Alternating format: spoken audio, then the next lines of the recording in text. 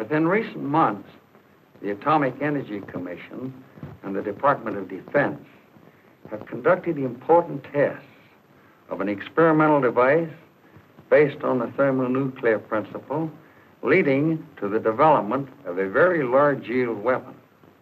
In addition, a proof test was made of a large-yield fission weapon. These constituted Operation Ivy.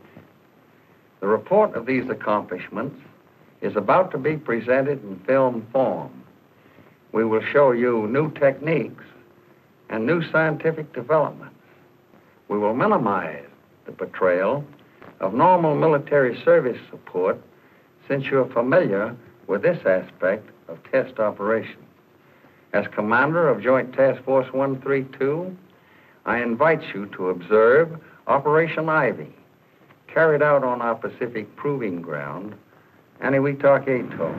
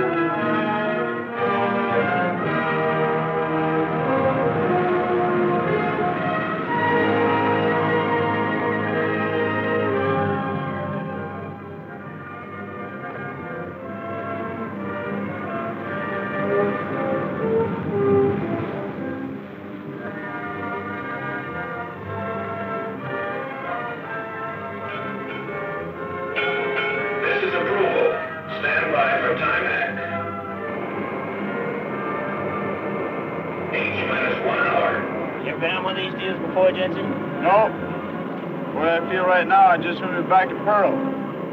You may be right. I hear this is going to be a big one. You aren't kidding. We wouldn't be out here in open sea if it wasn't a big one. Captain, we're in position. Recommend reduce speed, sir. Very well, Mr. Adams. Helmsman, steady as you go. Steady as you go, sir. All engines ahead 1/3. All engines ahead 1/3, sir. Engine room con ahead 1/3. All engines answer ahead 1/3, sir. Engine room reports making turns for 4 knots, sir. Very well. How are the wind and tide affecting us? As predicted, sir. Good. It's important that we stay within that area so we remain within the television cone. Yes, sir. Welcome aboard the USS Estes. As you may or may not know, the Estes here is the command ship of Joint Task Force 132. We have minutes to go before the first blast, mic shot, of Operation Ivy.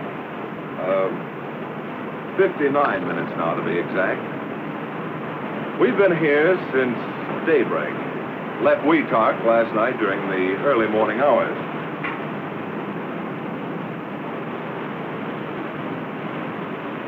Now, as you can imagine, feeling is running pretty high about now, and there's reason for it. If everything goes according to plan, we'll soon see the largest explosion ever set off on the face of the Earth. That is, the largest that we know of.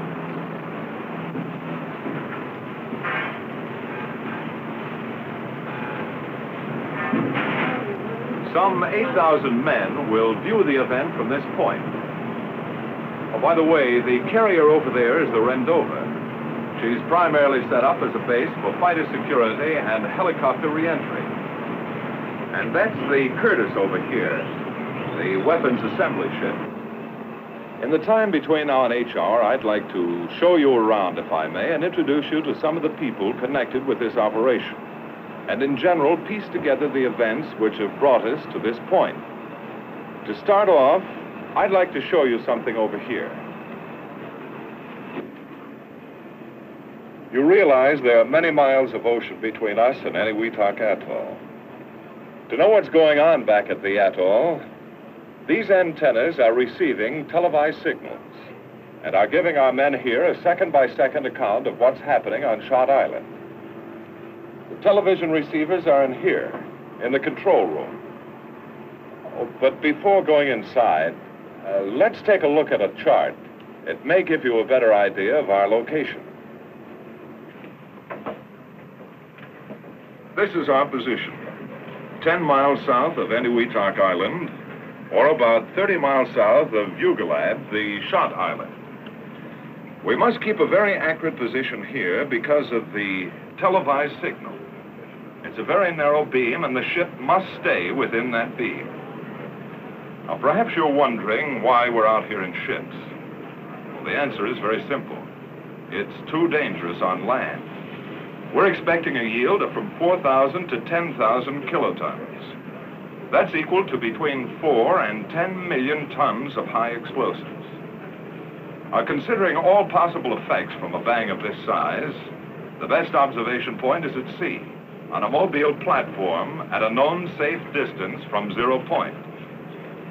Okay, let's go inside now.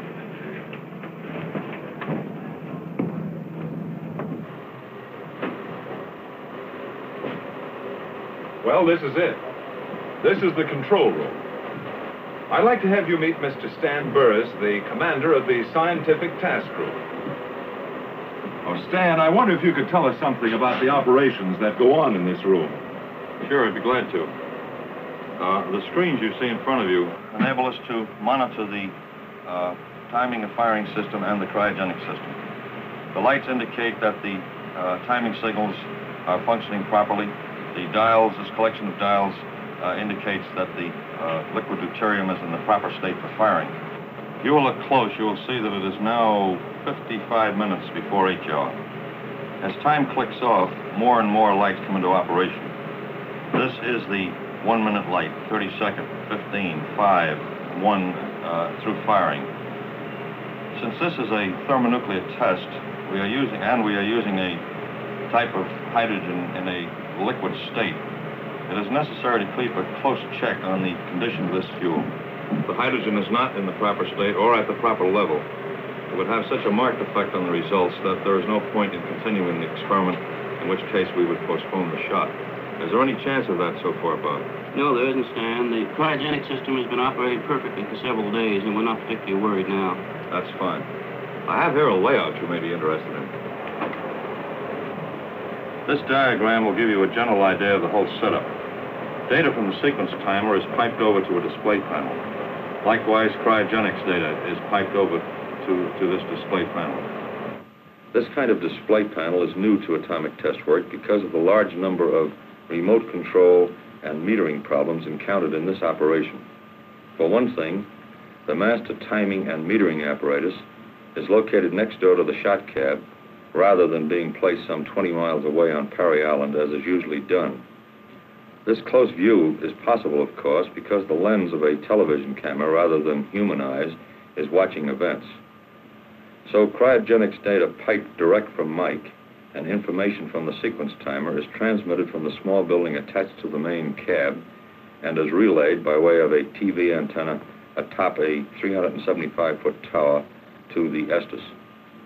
So that's the flow. From timer on through to display panel, cryogenics data to panel, picked up by a television camera and relayed on out to the Estes. A very ingenious arrangement. But what happens if you have to stop the firing mechanism, or can you stop it? Well, we can stop it all right if we have to. We have a radio link direct to the firing panel in the shot cab. If we have to stop the shot, we simply push this button. Just a simple flip of the wrist, huh? That's right, but a lot of work goes down the drain. You understand we don't want to stop this thing unless it's absolutely essential. Yeah, I can understand that. Say, I was out on deck when you fellas returned. Well, that is, when the firing party returned. What happened out there on Shot Island? If you'll excuse me, I suggest you talk to Colonel Lunger about that. I have a timing signal coming up. All right. So then, Dick, the firing party's big job is to see to last-minute details of arming and firing and to make sure that the Shot Island is secure. That's the broad brush of it, yes. I've been a member of firing parties before, but this was different somehow. A man standing, as I stood, on the outside of the building housing the Mike device couldn't help but feel, to sense the importance of this moment. Inside, a handful of men were making a final check. Were arming a device which could be the key to a new era in atomic weaponeering. I don't know just how the others felt, but I felt small when I thought of the experiment being readied inside. This one test could take us out of the realm of kilotons into the fantastic world of megatons. And then, at H-6 hours, the job was finished. The Mike device was on its own and ready. We all moved to take a final look at the gadget, which represents a year of intensive engineering. As we moved toward the pier, one couldn't get away from the feeling of being alone, of knowing you were the last to leave an island which might be shocked beyond human re-entry.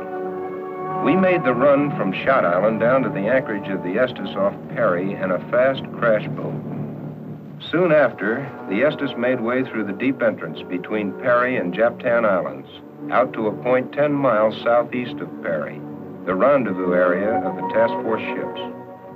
We finished our job at the cab, came over the side, and here we are. Waiting on station just like everyone else. Well, we won't have to wait much longer, Dick. Right, thanks.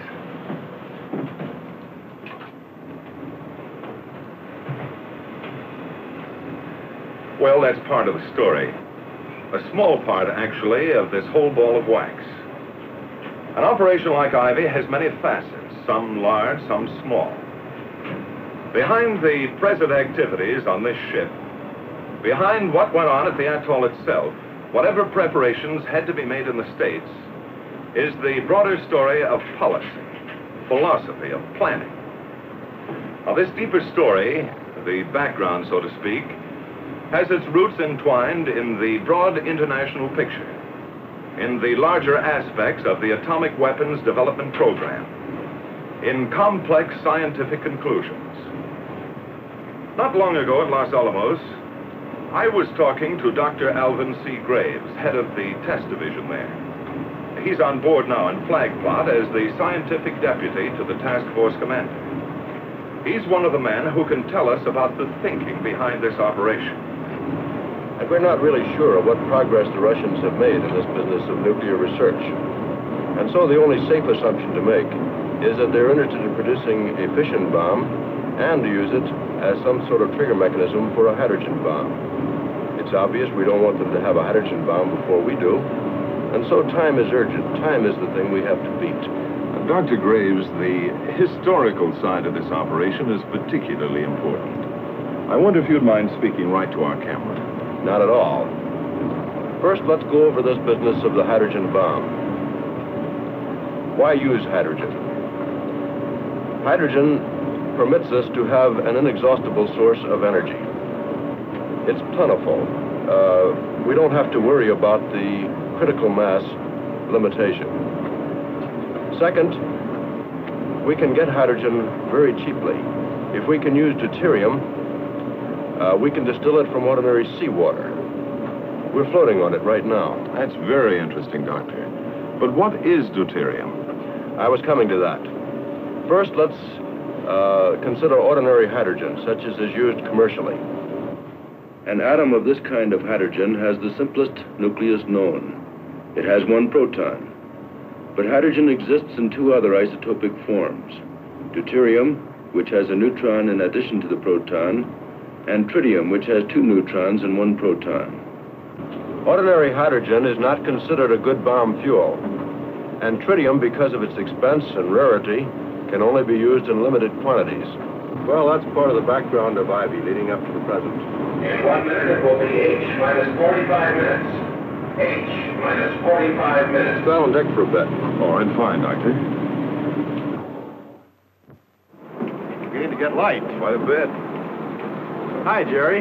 Worried about Mike? Well, it's too late to worry about that now.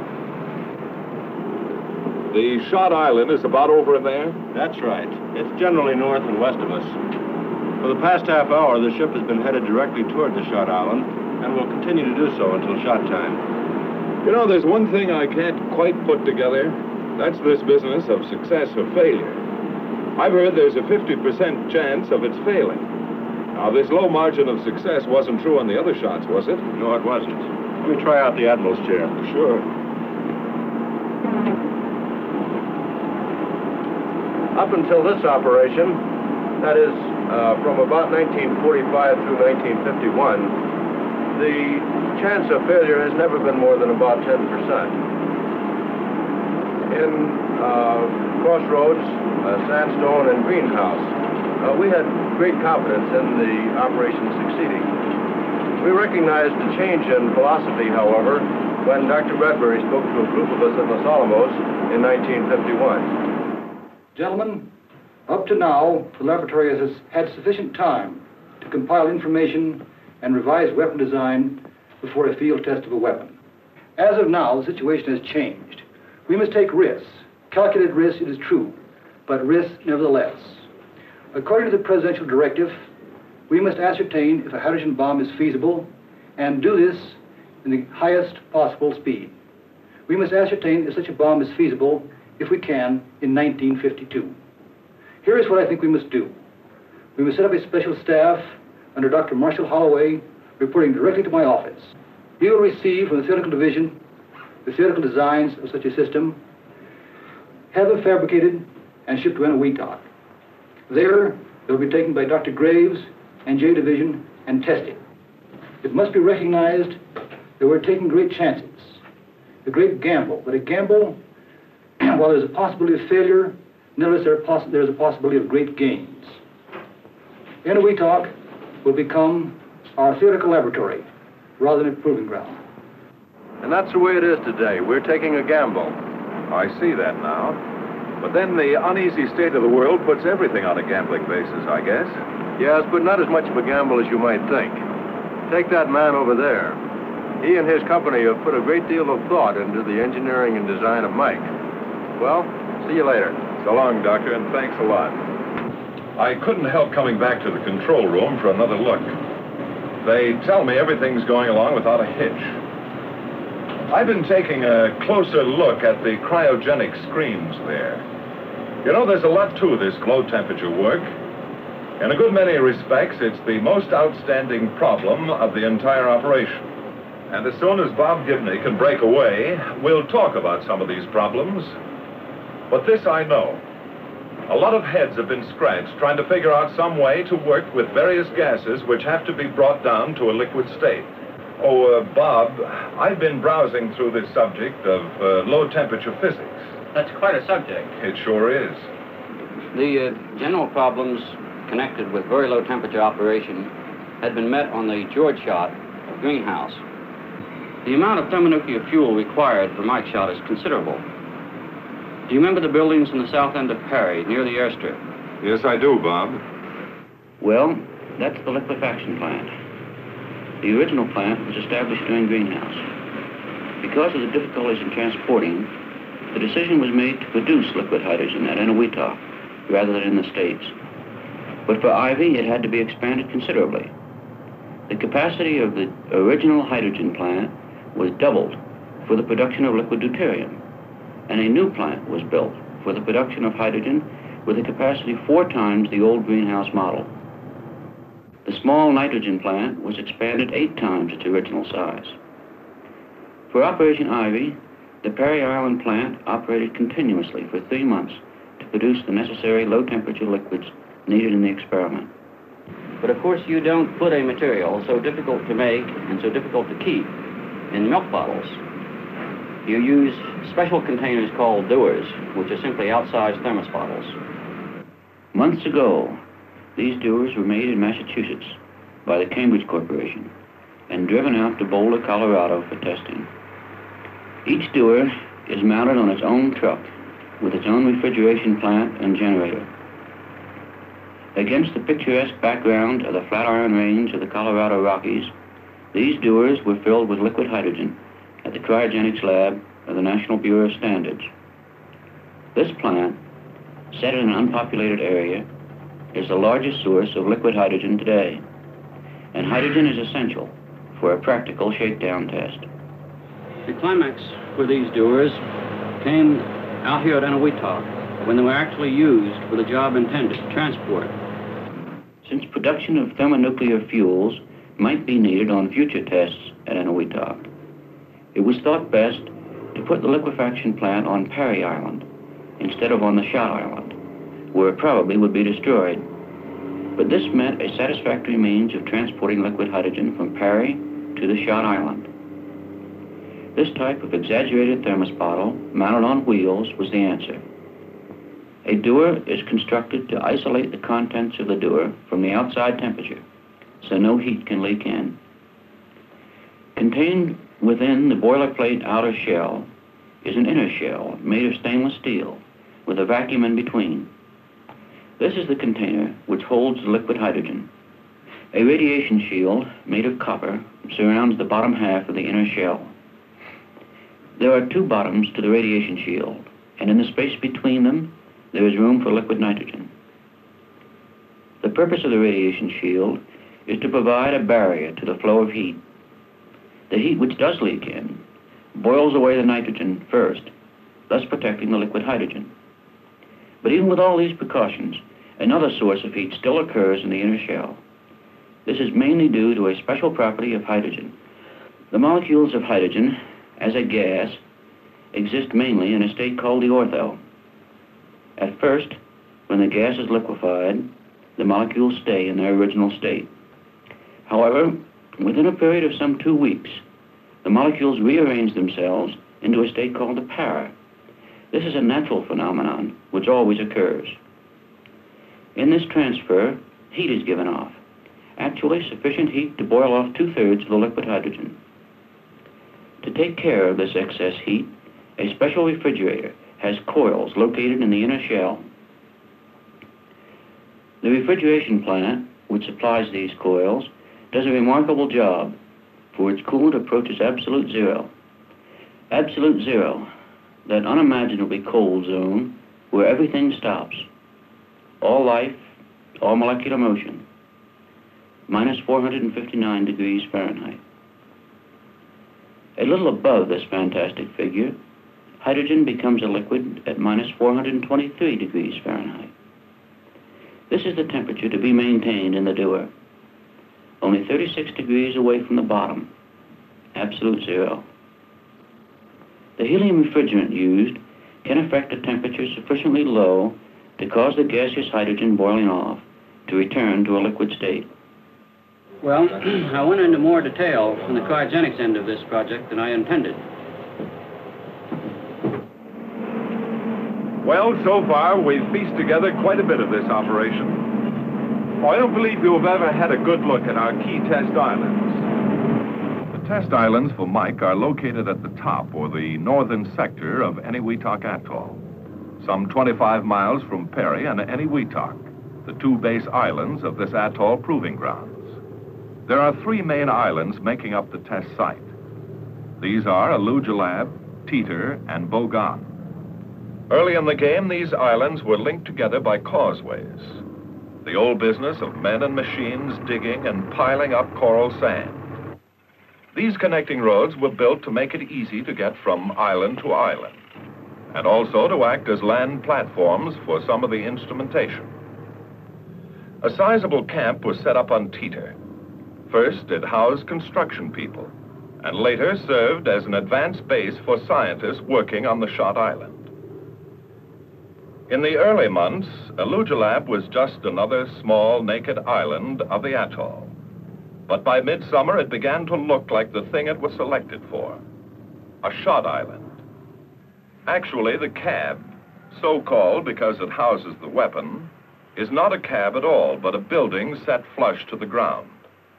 It has all the earmarks of a common workshed, but in reality, it's a laboratory building set on a Pacific atoll. How do we stand at Kwajalein? Charlie? Then they're all on the way except for the 3rd and 4th sampler elements? Right. Are you picking them up on the scopes as they come into the area? Right. Yeah, well, from here in, let us have immediate notification if exact shot positions aren't maintained. This is Broadway 3. Yeah, and the helicopters, we expect to order them out in about... Aerology was me required to move some of your units.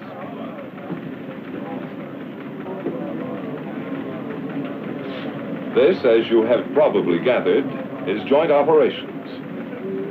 All atomic test operations in the Pacific so far have been run under a joint task force kind of setup.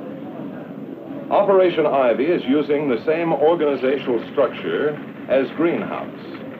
4 task groups: Scientific, Army, Navy, and Air Force. Members of these groups are here now, sifting and coordinating the many details of this joint operation and passing key information topsides to the command level. The Army is... Broadway 2, 4 Cape Cod has radar contact skunk. The Army is the executive agent on this operation, just as the Air Force was on Greenhouse and the Navy on Crossroads before that. Oh, Colonel. Weather, this is J3. Let me have your latest recon plane VHF report. Over. We'll go. Out. I've been talking about task force organization. Wish you would add something to help clarify this business of executive agent. Yes, I'll be glad to. First of all, we are organized along very simple, conventional lines. I believe I have a chart which explains it better. The Joint Chiefs of Staff and the Atomic Energy Commission on this level coordinate on the instructions that are to be issued to the task force commander. The Joint Chiefs of Staff control the operation through the executive agent, the Chief of Staff of the Army. The task force commander has operational control of the Air Force, Navy, Army, and scientific task groups. Now, when we were in the United States, the Atomic Energy Commission maintained a control over the scientific personnel at Los Alamos Scientific Laboratory. However, for the operational phase, the Commission appointed General Clarkson as its special representative, and in this way, he controls the entire operation. I get the picture, Colonel. Okay, Tinker, you take this one. What do you feel are the unusual aspects of your operation? Well, we like to believe that Ivy is a milestone in atomic development.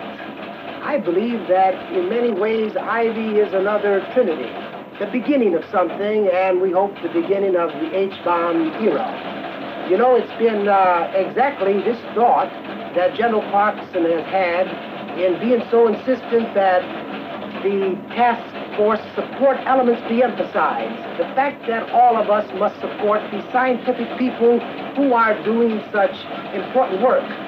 I would say that this is the keynote of the operation. Excuse me. While we're here in joint operations, it's a good time to think for a moment of the work of the military task groups. Take the Army, for example. This support group, commanded by Colonel George E. Burritt, provides a variety of services which make it possible to conduct an atomic test such as Ivy at a proving ground outside the continental limits of the United States.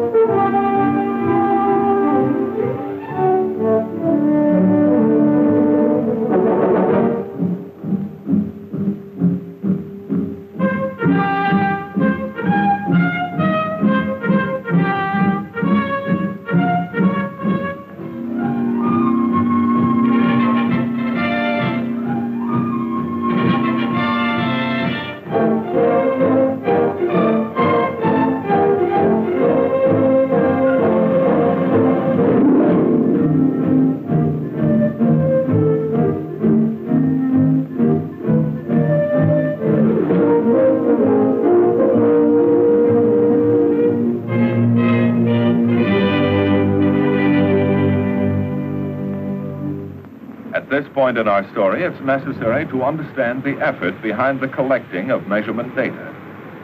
For what good is a test unless we can learn, can profit from the experience? Highly specialized, sometimes costly instruments help scientists bring home this vital data. An outstanding example of such specialization is the use of a helium atmosphere box by the Naval Research Laboratory. The plywood tube, looking like a train of boxcars, runs from the shot island across the causeways to a detection station on Bogan, a distance of nearly 2 miles. Inside the box, the helium is contained in 200-foot polyethylene balloons. some 45 balloons being required to fill the plywood tube. The detailed progress of the Mike reaction will be studied by utilizing this device. The measurement starts in the Mike cab with a collimating shield, a large concrete block designed to stop all radiation which might confuse the issue. The setup is a lot like having peepholes in a fence. DT neutrons from the Mike reaction will pass through holes in the concrete wall and react on iron converters to produce gamma rays. These gammas will then be collimated through the long helium tube or column to the detectors. Helium is being used for a good reason. Gammas traveling through normal air will have a difficult time of it because of the relatively large size of an air molecule. Now the helium molecule is much smaller, and the gammas will have a relatively free path in which to travel, and hence will be 1,000 times more intense at the detectors. This experiment is one example of the kind of unique instrumentation needed for learning the secrets of weapon behavior. In addition to the diagnostic kind of measurement, many studies are being run on the effects expected from a high-order detonation. These projects are being conducted jointly by the AEC and the Department of Defense.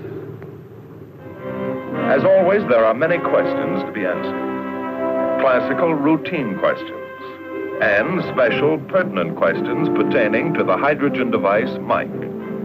For example, what will be the blast pressure on and near the ground?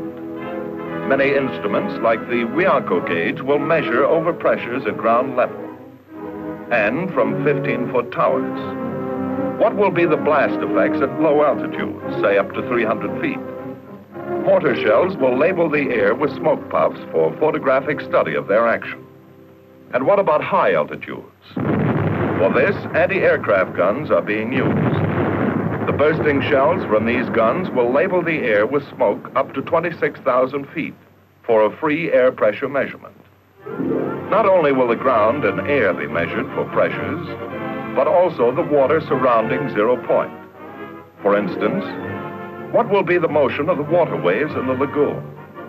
To get such data, photography will study the movement of these floating targets. And then what about the underwater shock wave in deep water and its effect on underwater ordnance and vessels? This interesting pressure versus time measurement will be obtained by reading pressure gauges which have been attached to the mooring cables of can buoys. Then there are the questions concerning the direction and magnitude of the wind accompanying the shock wave and the afterwind which follows it. The story of heat or thermal radiation needs continued study. The ever-interesting history of neutrons will be recorded. What amounts of external neutrons are present? And what is their energy distribution? Because of the expected size of the shot, the fallout problem is being extensively analyzed. There are questions on the size of the particles, when they got there, and how hot they are. Rafts placed out in the lagoon constitute one method of collecting this information.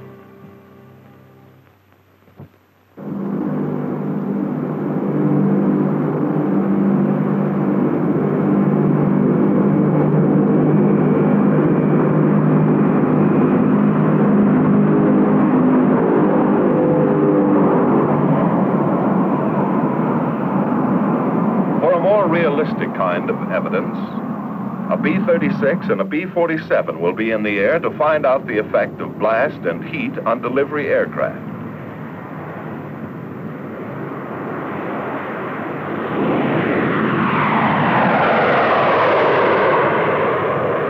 These heavily instrumented aircraft should bring back a record which will indicate whether delivery techniques need to be changed for very high-yield weapons. Well, you could go on and on about the experimental projects being run on this operation, but in so doing, you run up against the same old problem. Each project is so specialized that it becomes a study in itself. So we have given but an impression of the 60-odd experimental projects being run on Ivy. Latest word from the control room is that everything's going according to Hoyle. Is the hydrogen level holding? Right, just as calculated. She's holding. She's holding. Isn't that what you're thinking, Crone? It wasn't too long ago, 50 days to be exact, when you stood on the beach and watched Mike arrive in crates. A thing then dismembered, a sleeping giant, a robot taken apart for the long trip across 4,500 miles of lonely ocean. And then it was home. Here in a building more like a laboratory than a workshop, it would be assembled for the last time. As you looked at the mass of crates and boxes, you couldn't help but wonder, could you, whether there would be time to make order out of this chaos. When you remember back, items moved into place like notations in a diary. Yes, for you, Crone, the days of preparation fly in kaleidoscopic fashion across your mind. Days now in the past, just as Mike itself will soon be in the past. 3, 2, 1, act. H minus 5 minutes. H minus 5 minutes. The shock wave will not arrive for several minutes after 0 time. Keep firm footing until after the wave passes. Our latest obtained as the wind sounding. You've been here before, flag plot. Shows distinct. That's General Clarkson, the task force commander, and General Walk, chief of staff. The scientific deputy, Dr. Graves, you've already met. Captain Paul is deputy for naval operations, and General Wise, deputy for the Air Force. As you've gathered, a weather briefing is taking place. I should say another weather briefing. You've probably heard many times before how important the weather picture is in an atomic test operation. Weather can make or break a test shot. That's why you want to know up to the last moment just how you stand with the elements. The problem this time is especially acute because this entire area of the Pacific is subject to radiological fallout. And this area is inhabited by some 20,000 people, plus, of course, the ships of this task force. That's why the RadSafe officer works hand in glove with the weather officer. Oh, by the way, to help you understand this problem, these weathermen are covering an area larger than the United States with 10 weather aircraft and 11 fixed weather stations. To put it mildly, that's quite a territory to cover. Let's listen in, shall we? This is a plot of the latest winds received from Inuiatok, showing that in the lower levels to 20,000 feet, we have a typical trade situation, followed by southerlies aloft, by westerlies above that, which extend clear up to 85,000 feet. This is just about as good as we can expect. This picture, in addition to the total weather consideration, indicates that all of the weather factors are favorable for our scheduled event. That's all I have, sir. Any chance of showers? Not within the next 48 hours over the entire Marshalls. How about cloud cover?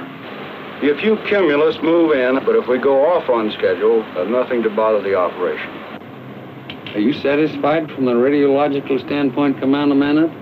Yes, sir. The situation is ideal since the entire fallout pattern is to the north of the inhabited islands. Thank you, gentlemen. The time is now H minus 2 minutes. Okay, I'll check with staff. Minus 2 minutes. One quick question, Dr. Graves. Well, that'd be quick. We haven't much time. I see. How soon after the shot will you know how big Mike went at? We will get rough estimates, like from the bang meter, a few minutes after the shot. See you later. Right. Why, sir? You have a grandstand seat here to one of the most momentous events in the history of science. In less than a minute, you will see the most powerful explosion ever witnessed by human eyes. The blast will come out of the horizon just about there. And this is the significance of the moment. This is the first full-scale test of a hydrogen device. If the reaction goes, we're in the thermonuclear era. For the sake of all of us, and for the sake of our country, I know that you join me in wishing this expedition well. It is now 30 seconds to 0 time. Put on goggles or turn away. Do not remove goggles or face burst until 10 seconds after the first light.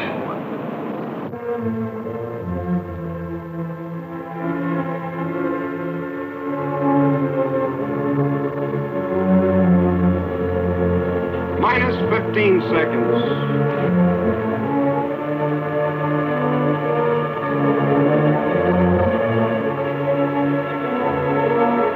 Minus 10 seconds. 9er, 8, 7, 6, 5er, 4, 3, 2, 1, T0.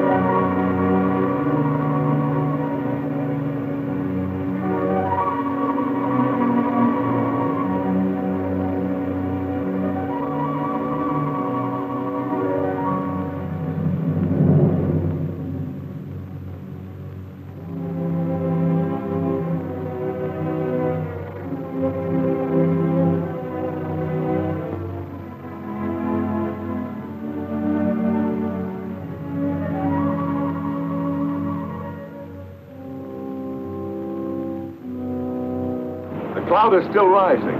70,000 feet now, if the last estimate I heard is true. And up there at this moment, at about 45,000, are the sampler aircraft.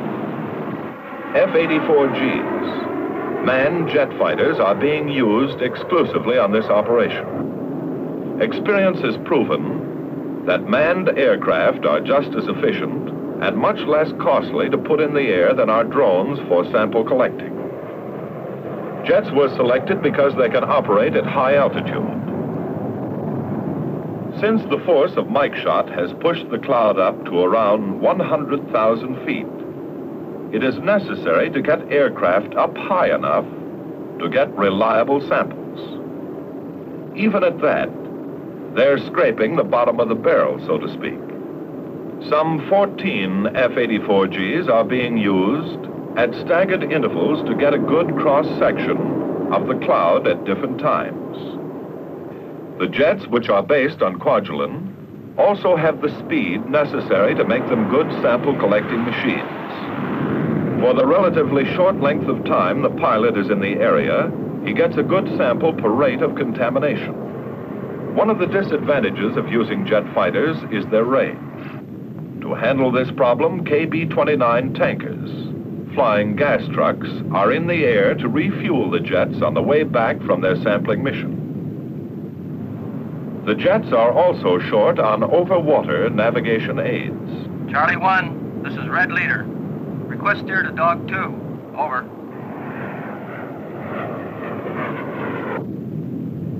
Red Leader, this is Charlie 1, steer 310. A B-29 control aircraft gives the samplers headings and rendezvous points and generally orientates them in this remote region of the Pacific.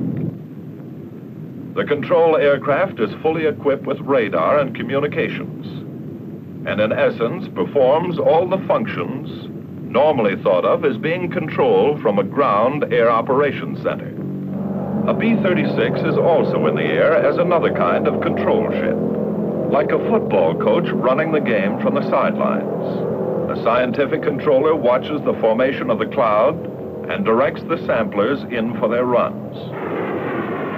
When a sampler aircraft has obtained its allotment of contamination, it has done its job and returns to Kwaj. That's part of the air story going on right now. Other aircraft are getting ready to track the cloud and also to collect samples for long-range detection studies. Dr. Graves? Well? Yeah? Do you know the yield on Mike yet? I'm just going to find out now. Come along. bang meter records are in. The dots indicate the time in milliseconds. Well, what's the verdict, Herb? About 12 megatons, Al. Nice going.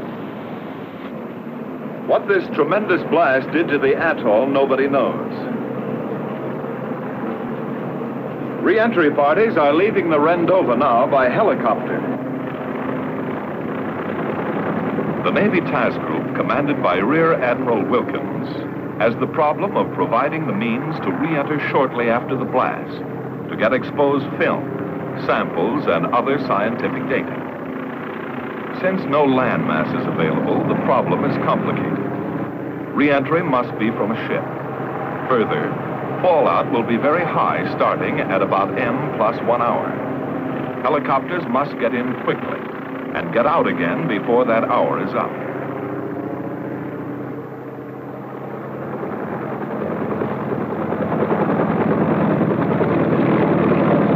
One survey group is leaving here from the Estes. I can't go along, but you can, and see for yourselves, through the eyes of the camera, what has happened back on the atoll.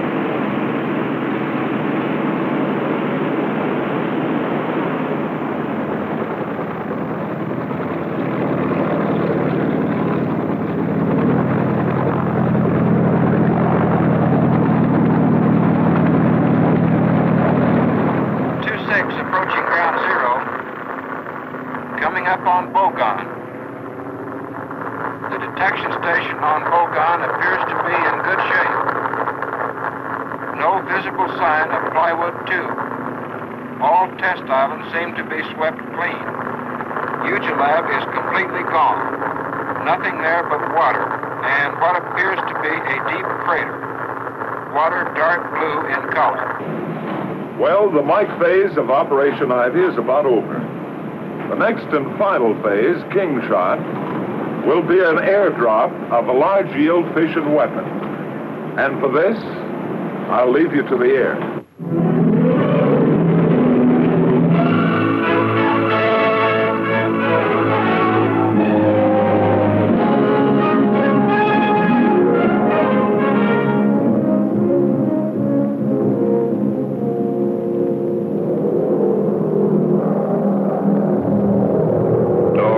Destiny Control, leveling out at 8,500 feet for IFI.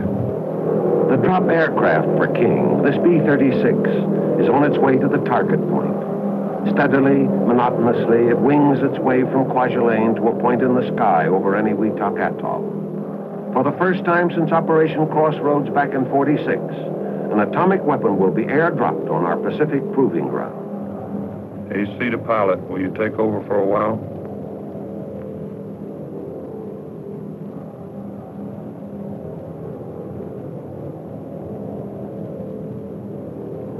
And you, Colonel, what are you thinking as you relax for a moment from the controls of this strategic bomber? This bomber whose cockpit now resembles a closed room, curtained off from possible dangerous effects of heat and light. Are you thinking of the mission, or of Kwajalein, or perhaps of home? Home, you certainly can't call Kwajalein home, even though it now looks like an extension of the Carswell Air Force Base. Talk about crowded.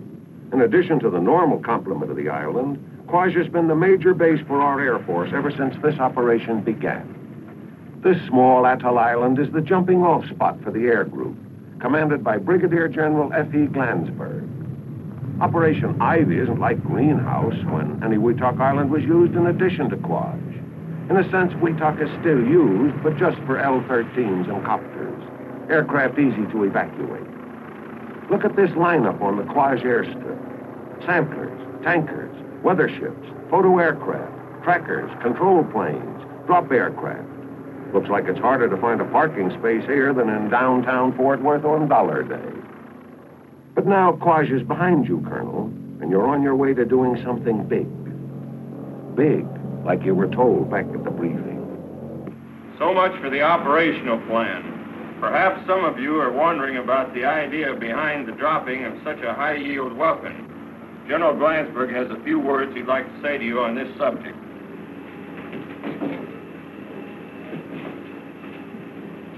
The Department of Defense has indicated that certain targets may require a bomb of such yield as the one you will be carrying tomorrow. And it's your job to put it down the pickle barrel so that they can do a decent job of proof testing it. One other thing, there's been a lot of talk about why we selected the B-36 to do this job. The reason the B-36 was selected is because it has metal control surfaces. There is still some argument as to what will happen from thermal radiation on fabric surfaces. So now you know you will have a heat problem. AC to Weaponeer. How's the IFI coming along? Weaponeer to aircraft commander. IFI proceeding satisfactorily. As you carefully check off each item of the in-flight insertion, Captain, you can tell that the preparation of the King weapon is moving along on schedule. But not too long ago, this weapon did not exist. To get King ready for Ivy, the weapon was being worked on in the States almost up to the last minute. So the weapon, minus the nuclear component, was ferried out to Quaj by a C-124. In the meantime, after the Mike shot, the Curtis sailed to Kwajalein. Assembly people from this ship work in conjunction with Sandia in preparing King for the airdrop. Following normal safety measures, the nuclear components of King arrived from the States in a separate aircraft. And now this superfission weapon, completed, ready, is taken from its shipborne assembly shop and moved under the cavernous belly of the waiting B-36. As the B-36 moves on its way to the target, the weather situation suddenly changes and becomes unsuitable for the test. And this means that the finely coordinated effort has to be canceled and the drop plane recalled to Quaj. For 72 hours, the King phase of Operation Ivy waits on weather. Men and machines who have been geared for the mission have to start all over again. Finally, shortly after dawn on November 16th, the go-ahead is given. This time there will be no turning back. This time, King is on its way to the proof test for which it was created. Weaponeer to aircraft commander. IFI completed. AC to engineer. Set climb power. And so the King bomber climbs into the thin air of the stratosphere and levels off at 40,000 feet, its bombing altitude. Here the radar operator, or bombardier if you will, guides the aircraft to that four-dimensional yet imaginary spot so necessary for pinpoint accuracy. Radar to AC, approaching target area. The radar operator positions the aircraft in space with a movement of his hand, continuously running a cross-check between the radar bomb sight and the visual system, back and forth, first peering into one scope and then into the other. During these critical moments, the vital facts flit across his mind. Ground zero, 1,900 feet to the north of Runnet on the Coral Shelf. Height of burst, 1,500 feet. Allowable margin of error from ground zero, less than 500 feet.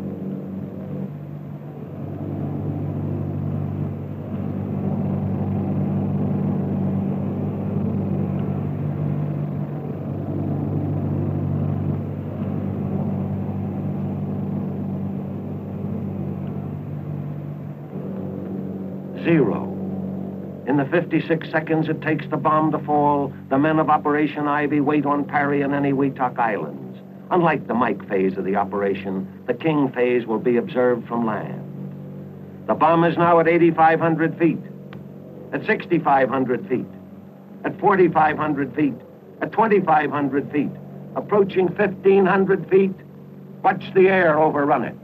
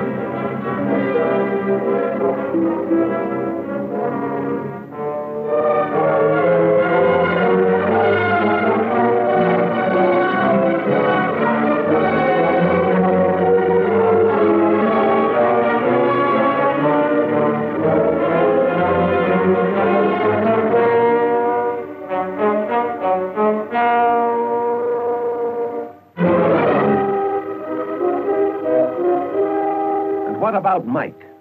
Let us now go back and examine the evidence and point up the statistical highlights of that device. Remember those final last seconds? 5, 4, 3, 2, 1, T0. This is the largest fireball ever produced. At its maximum, it measures about 3 1/4 miles in diameter. Compared to the skyline of New York, this means that with the Empire State Building as 0 point, the Mike fireball would extend downtown to Washington Square and uptown to Central Park. In other words, the fireball alone would engulf about 1/4 of the island of Manhattan.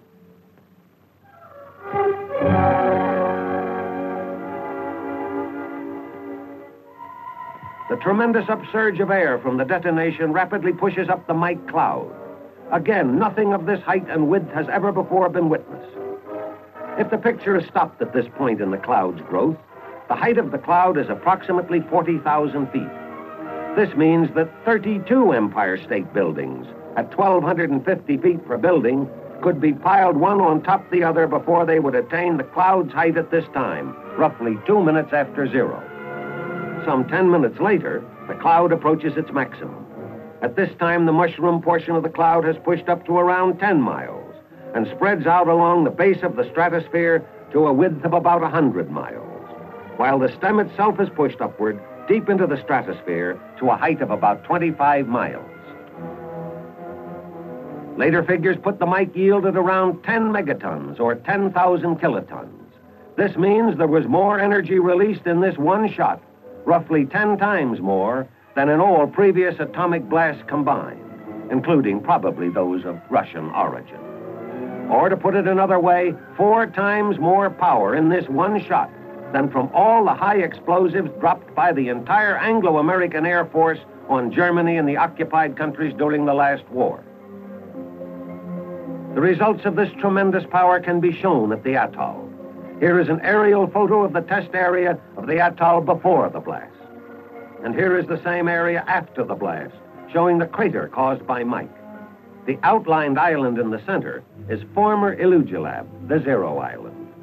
Sections of the islands on either side have been chopped off. The crater is roughly a mile in diameter. When it is illustrated that some 14 Pentagon buildings could be comfortably accommodated in this hole, the size of the Mike crater becomes more real. In profile, the crater gradually slopes down to a maximum depth of some 175 feet, or equivalent to the height of a 17-story building. The lateral destructive effects are the greatest yet observed from a single explosive device. Without getting into the areas of target evaluation or secondary effects, it can be safely assumed that there was complete annihilation within a radius of 3 miles, or out to and including all of Enjabie, that there was severe to moderate damage out to 7 miles or down to Ruggiero, and that light damage extended as far as 10 miles or down to Runnon. Relating this area of damage to a city like Washington, D.C. would present a picture something like this. With the capital as 0 point, there would be complete annihilation west to Arlington Cemetery, east to the Anacostia River, north to the Soldiers' Home, and south to Bowling Field. Complete annihilation, and that is mentioning merely the primary damage.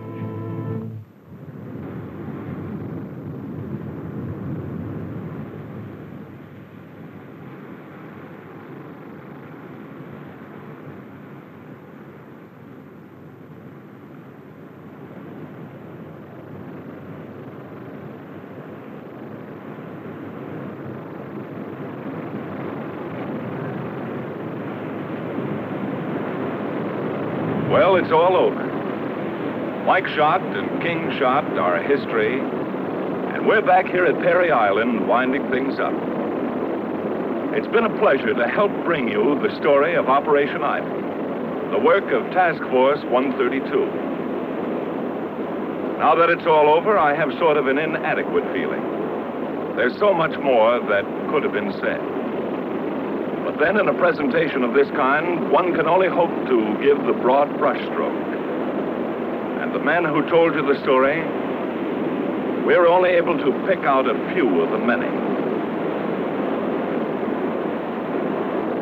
You get a feeling, even now, that nothing is really over.